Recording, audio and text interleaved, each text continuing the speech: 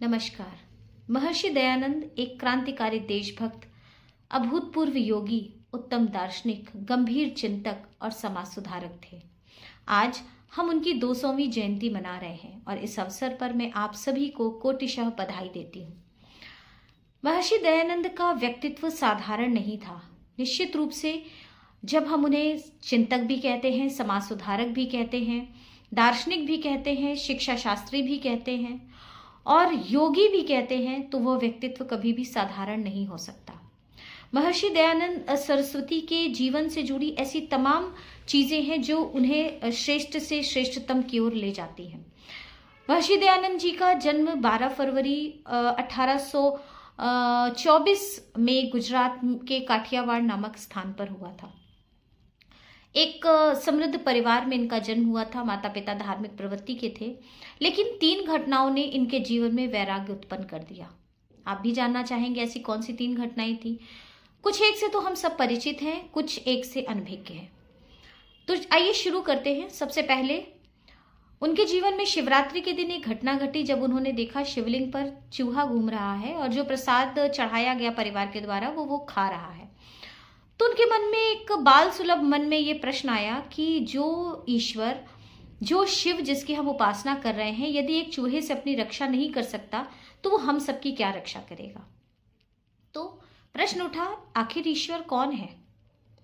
दूसरी घटना लगभग 16 वर्ष की आयु में उनके जीवन में घटी जब उनसे 2 वर्ष छोटी बहन का आकस्मिक निधन हो गया। हैजे से उनका देहांत हो गया और उससे वो ऑब्वियसली बात है, एक बहन का अपने भाई के प्रति, भाई का बहन के प्रति अगाध प्रेम होता है और उसका इस तरह से अचानक से चले जाना तो उनको एक और प्रश्न ने परेशान करना प्रारंभ कर दिया कि ये मृत्यु क्या है। क्या एक दिन ऐसे ही मैं भी मर जाऊंगा और जीवन में जो भी आता है क्या इसी तरह से चला जाता है। तो अब उनके पास 2 प्रश्न हो गए, ईश्वर कौन है और मृत्यु क्या है।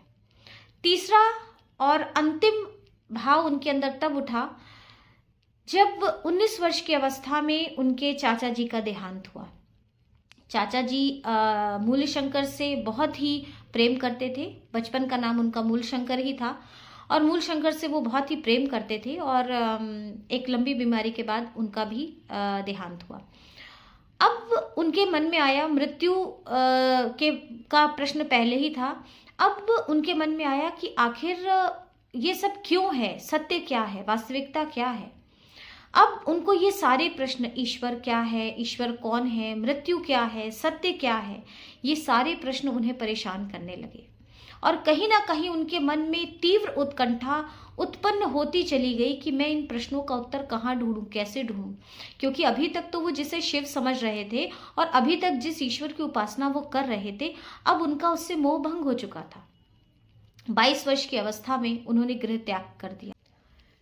ऋषि परंपरा को मानने वाले स्वामी पूर्णानंद सरस्वती ने उनका नाम दयानंद रखा, जिससे आज हम सभी परिचित हैं और उन्हीं के नाम से हम बालक मूलशंकर को जानते हैं, स्वामी दयानंद सरस्वती। स्वामी विरजानंद जी से उन्होंने वेदों की, शास्त्रों की शिक्षा दीक्षा ली। साथ ही उनके मन में, अगर मैं ये कहूँ कि उनके मन में जो बिगुल बजा समाज सुधार का, वो स्वामी विरजानंद की ही देन थी। क्योंकि उन्होंने ही जब गुरु दीक्षा का समय आया और उन्होंने कहा कि तुम मुझे गुरु दीक्षा में क्या दोगे, तो मूलशंकर के पास देने के लिए कुछ नहीं था।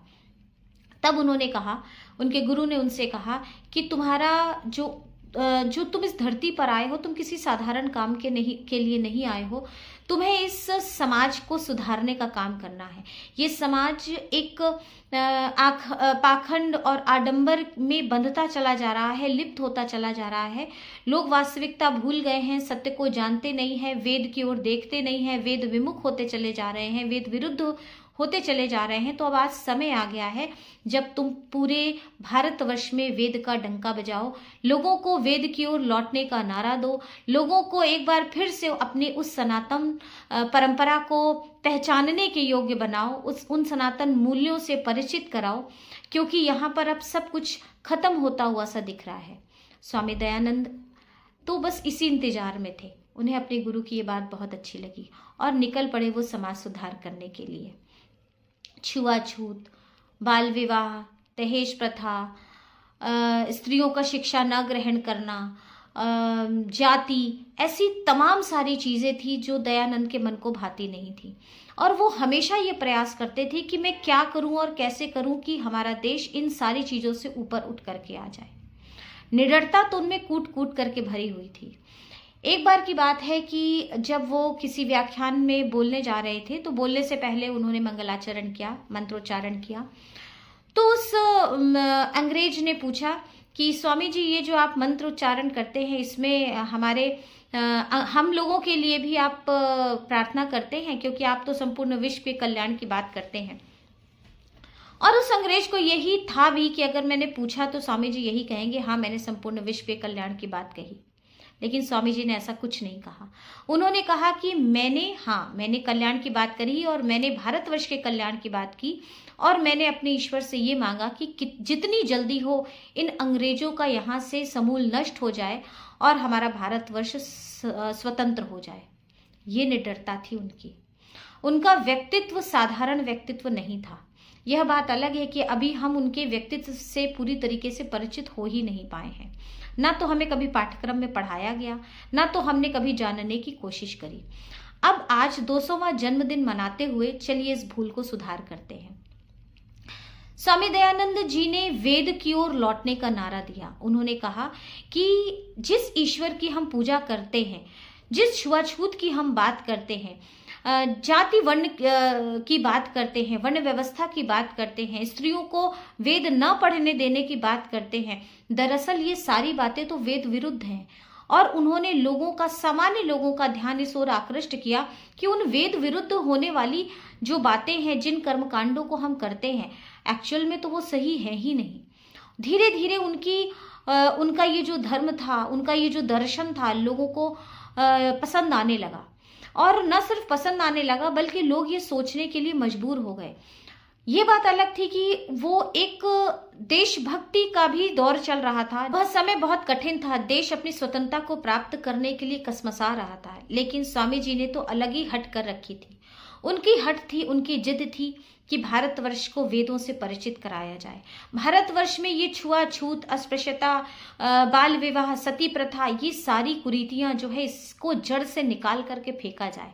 यदि मैं आज ये कहूँ कि भारतवर्ष में स्त्रियों की शिक्षा के लिए जितना काम दयानंद सरस्वती जी ने किया है, या जिस स्थान पे उन्होंने महिलाओं को लाने का प्रयास किया है वो सर्वाधिक था, तो अतिशयोक्ति नहीं होगी।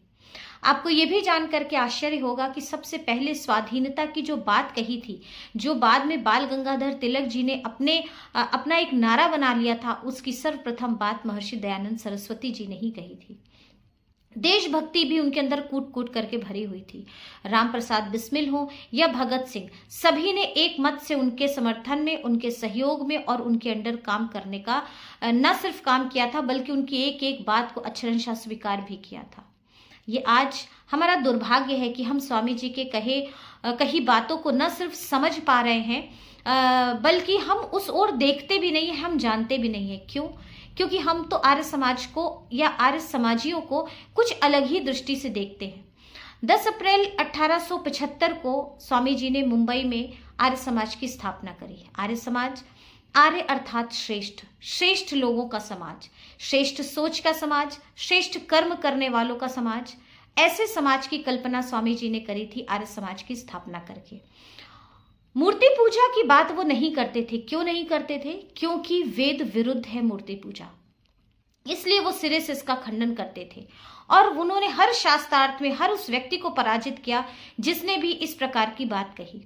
हाँ, तर्क से वो कभी पीछे नहीं हटते थे और कुतर्क का वो कभी साथ नहीं देते थे। तो जब उन्होंने मूर्ति पूजा को खंडन करने की बात कही, उन्होंने ये नहीं कहा कि मंदिरों में, मठों में जो स्थापित मूर्तियां हैं उनको तोड़ देना चाहिए, उनको फेंक देना चाहिए, उनको हटा देना चाहिए। ऐसी कोई बात उन्होंने नहीं कही। हाँ, निश्चित रूप से इतना जरूर कहा कि जब हम मूर्तियों की उपासना करने लगते हैं तो हम वास्तविकता से दूर हो जाते हैं। हम उसके आडंबरों, उसके पाखंडों में फंस करके इस तरह से उलझ जाते हैं कि हम उसकी वास्तविकता, उसके पीछे का सच, उसका दर्शन, उसका धर्म, उसका अध्यात्म, हम उसको जानने का प्रयास ही नहीं करते। और सही तो है ना, कहा उन्होंने कहा कि श्री रामचंद्र जी को नहीं मानना चाहिए, कहा कि श्री कृष्ण गलत थे या उनका कोई अस्तित्व नहीं था। बिल्कुल मानते हैं, बिल्कुल कहते हैं, लेकिन कैसे? क्योंकि आर्य समाज चरित्र की पूजा करता है, चित्र की नहीं। इसका तात्पर्य जो अल्पमत के लोग हैं, या मैं कहूँ अल्पमति के लोग हैं, वो इसको गलत अर्थों में लेते हैं। उनको ऐसा लगता है कि आर्य समाज श्री कृष्ण की उपेक्षा करता है या श्री रामचंद्र के बातों को नहीं मानता है, जबकि ऐसा कुछ भी नहीं है। वो चरित्र की पूजा करते हैं, चित्र की नहीं। अगर हम चरित्र की पूजा करते होते तो आज हम श्री रामचंद्र की आदर्शों पे चलते। अगर हम चरित्र की पूजा कर रहे होते तो आज हम श्री कृष्ण के आदर्शों पर चलते। लेकिन हमने तो सिर्फ झूला झूलाने भर को जन्माष्टमी मान लिया और दूध चढ़ाने भर को शिवरात्रि मान लिया। हम इससे आगे कहाँ सोचते हैं? क्यों? क्योंकि हम उन्हीं आडंबरों में, उन्हीं पाखंडों में फंस करके रह जाते हैं और वास्तविक चिंतन तो हम कभी करते ही नहीं। स्वामी दयानंद ने हमें उस वास्तविक चिंतन को करने के योग्य बनाने का पहला कदम बढ़ाने के लिए हमें तैयार किया था। उन्होंने कहा, वेद को पढ़ो, वेद को जानो, वेद की ऋचाएं देखो कि उसमें क्या लिखा है, उसमें किस प्रकार की ईश्वर की उपासना की बात कही गई है। और अगर आप वेद नहीं पढ़ सकते तो स्वामी दयानंद जी का सत्यार्थ प्रकाश पढ़ लीजिए। सत्यार्थ प्रकाश एक ऐसा ग्रंथ जो सत्य को प्रकाशित करता है, जिसमें लिखी एक एक बात जीवन को परिवर्तित करने के लिए काफी होती है। मैंने भी, जब मैं 10th क्लास में थी तो मैंने भी सत्यार्थ प्रकाश पढ़ी थी। मेरे मन में भी तमाम सारे ऐसे प्रश्न थे जो मुझे परेशान करते रहते थे। हर जगह जब ये पढ़ रहे हैं कि ईश्वर एक है, तो हम क्यों इतने सारे ईश्वर की उपासना करते हैं? अगर हम ये कहते हैं कि ईश्वर हर जगह है, तो क्यों इधर पैर नहीं करना, इधर सर नहीं करना, ऊपर है, नीचे है, इधर है, उधर है? क्या है ये सारी चीजें?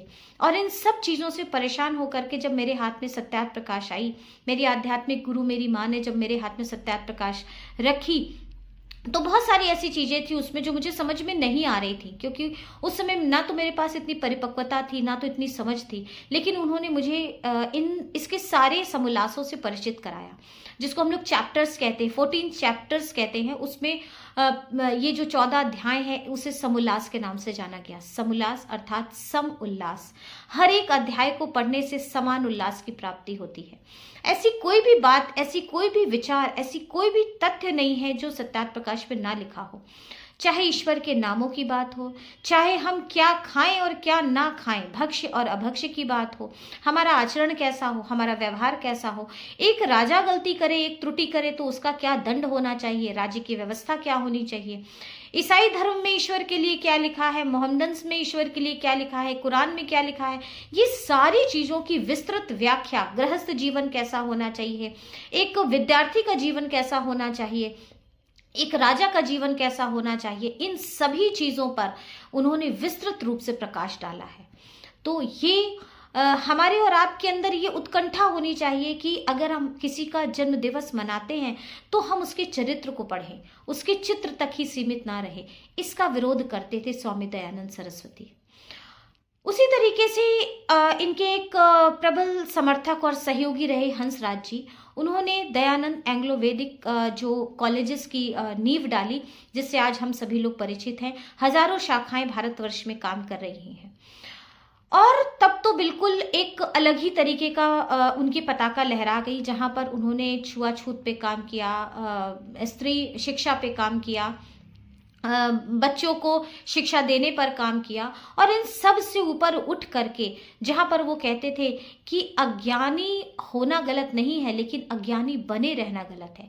अज्ञान का होना गलत नहीं है, लेकिन उस अज्ञानता को स्वीकार कर लेना और उसको दूर करने का प्रयास न करना गलत है।